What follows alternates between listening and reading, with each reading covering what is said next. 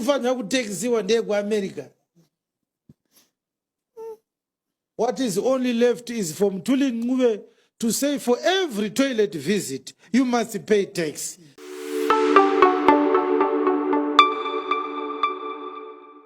So, this is what Apostle Chiwenga has said about Nyama taxes by Mthuli Ncube, and says, guys, if you are not careful, this is where we are going.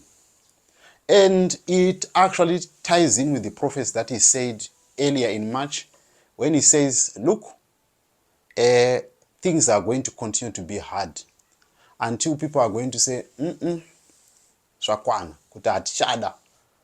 So he says that in the prophecy, we are going to get to a stage whereby people are going to be seriously impoverished.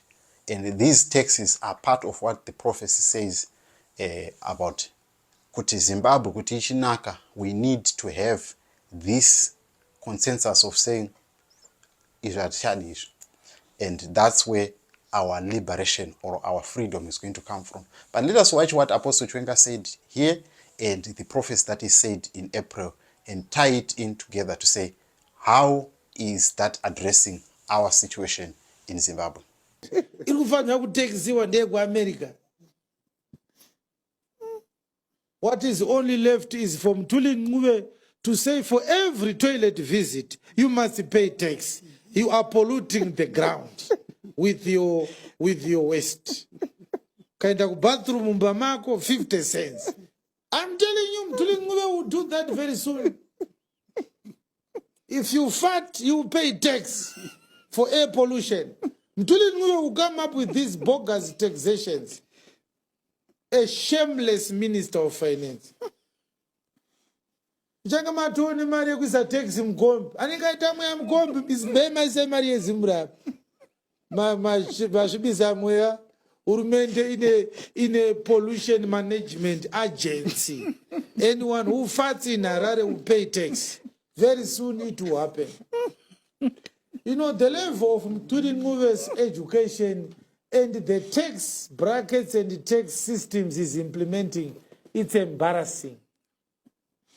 I want to tell you, believers, that either Mthuli Ncube is sick or Mthuli Ncube is not the one coming up with these ideas.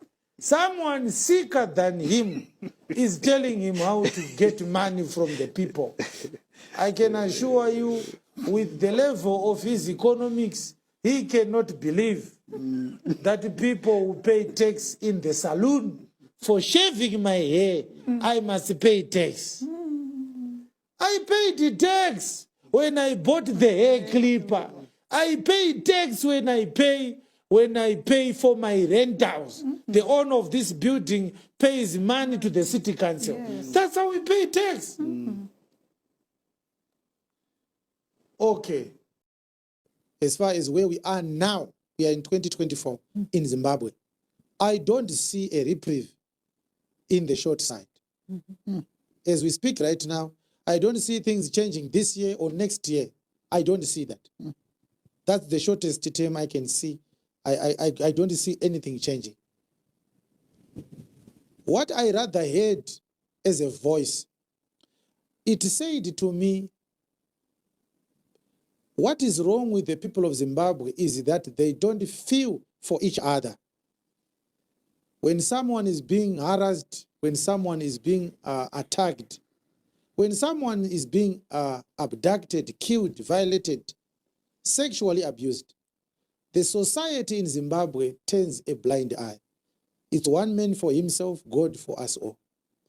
So what God has decided to do, he has decided to use this rogue government that a significant percentage of our people, each one receives a fair share of their own wounds. And the pain is going to unite us. Political ideologies will not unite Zimbabweans. Religious ideologies will not unite Zimbabweans. No.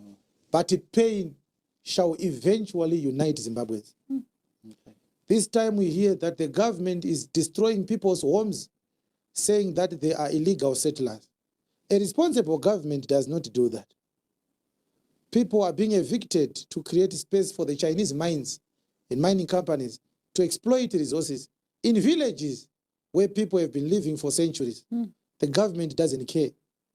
What God has decided to do is we are all going to be victimized until one day there are few left who are not victimized. And the pain is going to be the uniting factor. Our greatest weakness as a people is that we lack love for one another. Zimbabweans are the most selfish and self-serving and self-hating people. We hate ourselves and we hate ourselves at the same time. Yes. So, if there is any prophecy of peace and prosperity that you have received, I am sorry, I am a bearer of bad news. I don't see prosperity in the short-coming future. What I see is more victimization, more sorrow, more pain. People are going to lose properties. Properties are going to be lost because of politically motivated agendas. People are going to lose jobs because companies will continue to shut down until everybody says, what do we have left? Nothing. Let's now claim back our true position in the society. The government of Zimbabwe is the boss. The people of Zimbabwe are the servants. That's the simplest definition of a dictatorship. A proper leadership is when the president and his government are servants of the people. If you don't know this, go and read a book called A Man of the People. I think it was written by Chiwenga Ncube. It's a very simple book. You can understand this very simply. So as long as we acknowledge and we receive and we take this position that we are servants, and that's why we call ministers chef. Unosangana na minister kuti makadii chef. Iwe ndiwe chef kuna minister. Minister akatoya akatsvaga basa kwauri. Ukampa basa rekuti atungamirire hurumende yako on your behalf. But now wakusangana na MP, wakumuti chef. Ukusangana na minister, urikumuti chef. Ukusangana na president, urikuvati chef. President havasi chef vako. Iwe ndiwe chef wa president. He works for you. That's a proper democratic institution. Zimbabwe is not. Our democracy is a Ponzi scheme. Are we going to wake up? Yes. Are we going to wake up this year? No. Are we going to wake up next year? No. We are not going to wake up in the next 2 years. We are going to continue suffering. But the light is no longer as far away as it was 5 years ago. Prayer will not change these days. Try to do it, I'll be here. If you hear God more than I do, I will repent on that particular day. There's nothing that is coming in the next 2 years.